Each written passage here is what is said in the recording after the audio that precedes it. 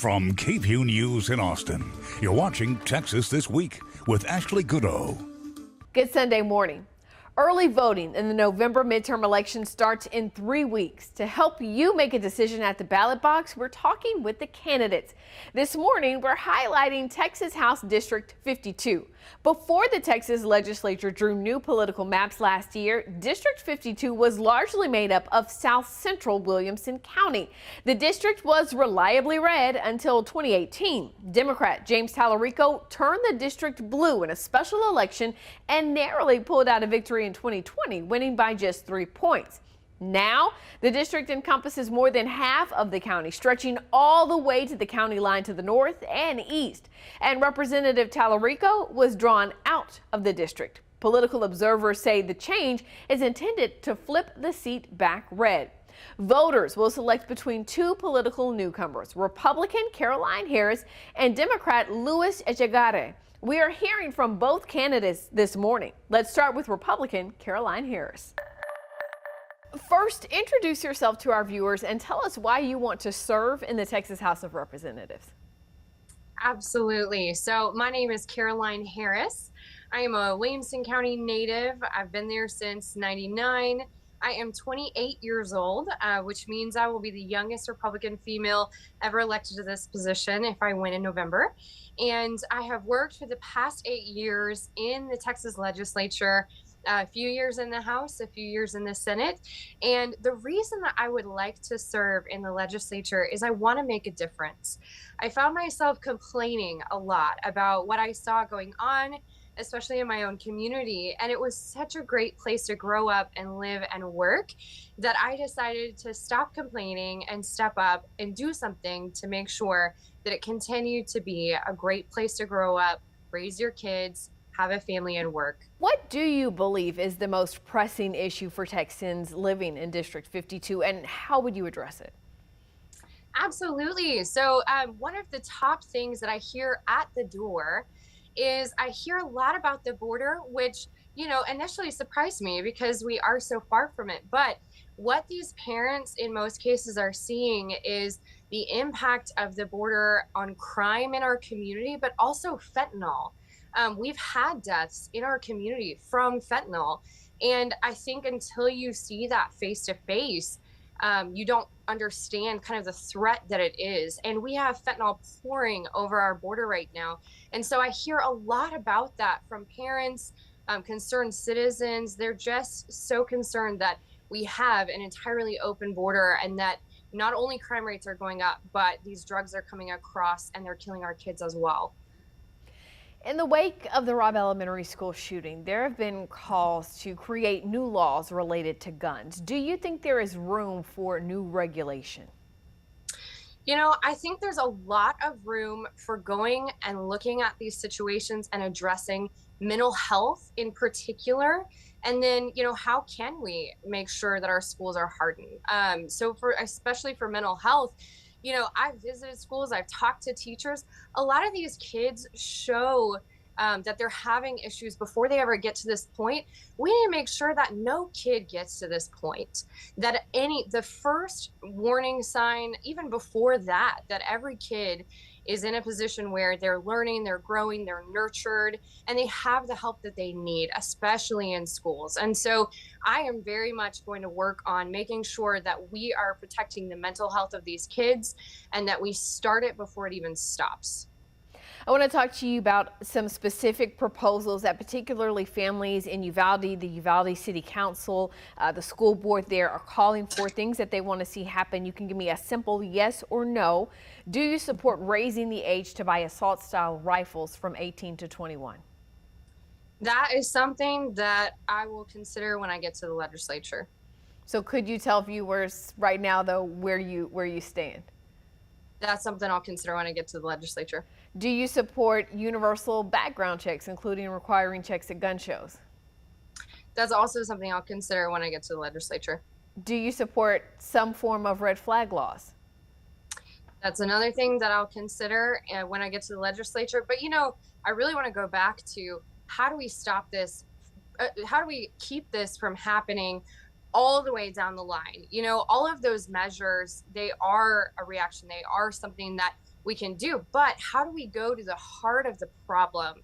That's what I want to do. Should women who are the victims of rape and incest be allowed to get abortions in Texas?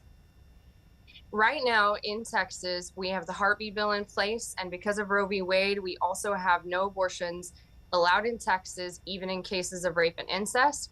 Those are such difficult situations. And I'm going to do all that I can to work to protect those women, come alongside those women, make sure that they know that we in the Texas legislature care about them. We want to help them. We want to understand, their situation. And we're going to do that. We are going to continue to fund that Alternatives to Abortion program. We're going to continue to work on CPS reform, adoption reform, whatever it takes to make sure that Texas women and their babies are protected and loved in the state of Texas. Since 2018, Texas Representative James Tallarico has served the people in the House District 52. But Tallarico was drawn out of the district during the redistricting process, so now voters will select from two political newcomers, Republican Caroline Harris and Democrat Echegaray. We heard from Harris. Now let's talk with the man trying to keep District 52 blue. First, introduce yourself to our viewers and tell us why you want to serve in the Texas House of Representatives. So my name is Echegaray. I'm a businessman. I'm a former educator. I'm a veteran, and I'm a father of two girls. And the reason I want to serve, without trying to keep it as short as possible, I had some challenges during 2020 in the pandemic. I got laid off and had some obstacles with the Department of Veterans Affairs. And then on top of that, last year when my kids went back to school, one of my daughters had some mental health challenges that I had to address. And so those two things prompted me to want to do something about those issues or priorities. What do you believe is the most pressing issue for Texans living in District 52, and how will you work to address it? What's interesting is the one that I get the most as I go out there and I speak to people, obviously up until before the abortion issue came center stage, was fixing the grid and also the rural broadband issue. So from the grid perspective, obviously what happened was in 2021 in February when we had that ice storm that came in. We need to increase energy control and energy capacity. For instance, this summer, a lot of Texans were asked to conserve energy. And our population is only growing, right? So we need to continue to make investments in green energy. We need to build more transmission lines. And then on the residential and commercial side, our end users need to become more efficient about using automation, such as smart meters. And then on the rural broadband side, which is really huge at District 52, we have a lot of areas out on the eastern side of the district, such as Copeland, Thrall, Thorndale, that really need the investments made. So the money is there now, obviously, because the Biden administration passed the infrastructure bill. So it's important that we implement reliable rural broadband. That means in this area, it means getting AT&T to show what their plan is. And if they don't show what their plan is, then they shouldn't get any of the funds. In the wake of the Robb Elementary School shooting, there have been calls to create new laws related to guns. Do you think there is room for new regulations? 100%. I want to start by saying, obviously, I'm a veteran, and I'm a firm believer in respecting the Second Amendment. I'm going to start with that. However, most people that I speak to on both sides of the aisle, they believe in sensible firearm legislation. So, for instance, raising the age for assault rifles from 18 to 21, instituting red flag laws, requiring background checks, requiring some kind of training and certification to own a firearm.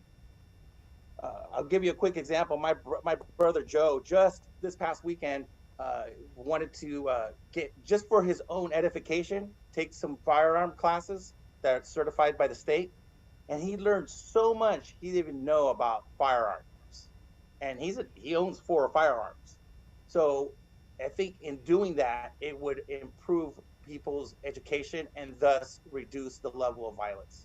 As you know, Texas has banned nearly all instances of abortion. This move goes beyond what polls show even Republican voters support. And we're now hearing from some Republican lawmakers that they want to revise the law and allow abortions in cases of rape and incest. Is that something you would support, or do you think we need to go even further? Well, obviously, I feel that we need to go even further.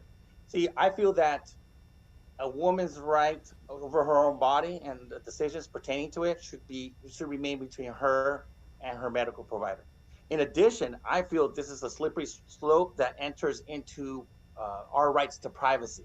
So if we open up that can of worms, that's going to lead to other areas in our private lives that the government has no business partaking in. You can find links to both candidates' websites at KVUE.com. Remember, the last day to register to vote is October 11th. Early voting starts October 24th and runs through November 4th. Election day is Tuesday, November 8th. That's Texas This Week.